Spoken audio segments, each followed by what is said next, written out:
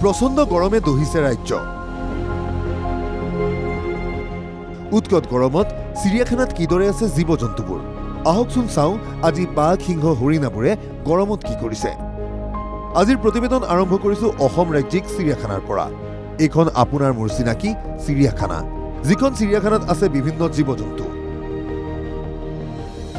এই গৰমৰ সময়ত কিদৰে জীৱন অতিবাহিত কৰিছে সেই খবৰৰ সন্ধানত NKTVৰ সাংবাদিক উপস্থিত হ'ল চিড়িয়াখানাত। দৃশ্যকেইটা ভালদৰে চাওক। গৰমৰ পৰা পৰিত্ৰাণ পাবলৈ কোনো জন্তুৱে যদি পুখুৰীত নামিছে, কোনোৱে পাইপৰ পানীত গা ধুইছে, কোনোৱে আকৌ ফেনৰ বতাহত জিৰণি লৈছে পিঞ্জৰাৰ ভিতৰতে। মুঠতে গৰমত আনন্দও কৰিছে জীৱ জন্তুকেইটাই।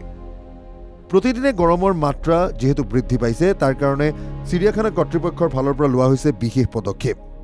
ৰাতিপুৱা হ'লেই জীৱ জন্তুবোৰক কৰ্তৃপক্ষই যোগান ধৰিছে বৰফৰ। আমি ধৰক প্ৰথমৰ পৰা ক'বলৈ যিখিনি মানে পানী হেৰি কৰে সেইখিনিত পানী দিছোঁ। ধৰক ভালুকক আমি চাৱাৰৰ ছিষ্টেম কৰি দিছোঁ, আপোনাৰ ওৰাং ওটালতো চাৱাৰৰ ছিষ্টেম কৰি দিছোঁ। বাকী কিছুমান সৰু সৰু জন্তুবিলাকত আপোনাৰ ছেট বনাই দিছোঁ, যাতে বাউণ্ডেৰী নেটৰ ওপৰতে বনাই দিছোঁ ঘৰ। কিছুমান তজাইও বনাই দিছোঁ। তাৰপিছত বাঘ সিংহ এইবিলাকতো যিকেইটা ৰুমত ৰাখিব লগা হয়, আমাৰ ইয়াত যথেষ্ট বাঘ আছে, একেলগে গোটেইবিলাক ফিল্ডত এৰি দিব নোৱাৰি।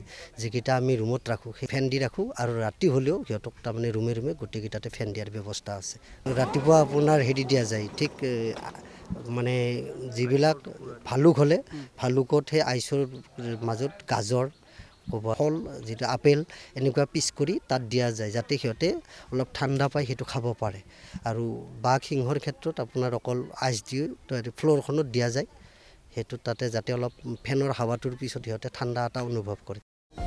যি সময়ত প্ৰচণ্ড গৰমৰ বাবে ৰাজপথলৈ ওলাই অহাৰ বাবে সমস্যা হয়, সেই সময়তেই চিড়িয়াখানা কৰ্তৃপক্ষৰ জীৱ জন্তুৰ বাবে লোৱা পদক্ষেপ প্ৰশংসনীয়। এইদৰেই এতিয়া চিড়িয়াখানাৰ ভিতৰতে গৰমত দিন পাৰ কৰিছে জীৱ জন্তুবোৰে। ভিডিঅ' জাৰ্নেলিষ্ট ময়ূৰৰাজ লহকৰৰ সহযোগত কংকন ডেকা ৰিপৰ্ট NKTV+।